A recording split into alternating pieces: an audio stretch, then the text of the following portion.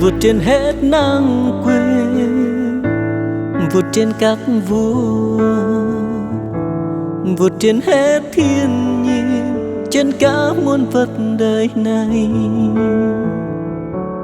Vượt tận trên khôn ngoan chân lý của con người thế gian. Sự hiện diện của Chúa có trước vô cùng, vượt trên hết nắng quên, vượt trên các vua, vượt trên hết thiên nhiên, trên cả muôn vật đời này.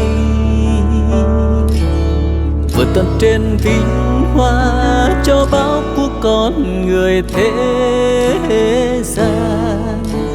Không chỉ cao quý sánh hơn vinh quang Ngài.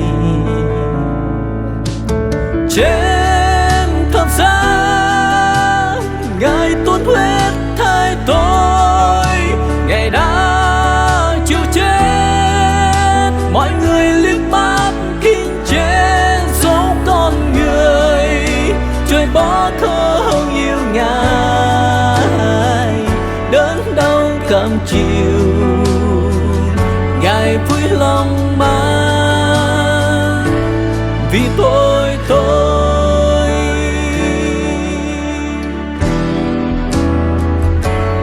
Kau là cỡ tới tươi, kau là biển tao, kau là cỡ tay nghịt, kau là biển nâng nục này. Kau là tơi khâu cây, tơi xin nam núi mang lên ta. Khoa yang màu lơ mừng nục đường đã đi. Kau là tơi tươi nhang, kau là biển tao, kau là cỡ tay nghịt, kau là cơm nâng nục này. Kau là tơi trong xa nâng gióm nam núi bằng lên tra. Vũ màu kết tuyếp cả tơi an du. Bay cho cao nhô tu tra ly câu, nhô tu tơi đai đang berbut buk yang lang quân nam núi hờ ngã buông gặp nhu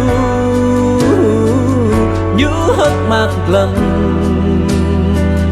tu tơi rồi noa do cơ câu. Bay cho cao nhô tu tra ly câu, nhô tu tơi đai đang berbut buk yang lang quân nam núi hờ ngã buông gặp nhu hết mặt lần tu tơi rồi noa do cơ câu quân nam núi hờ ngã buông gặp nhu hết mặt lần tu tơi rồi noa do cơ câu.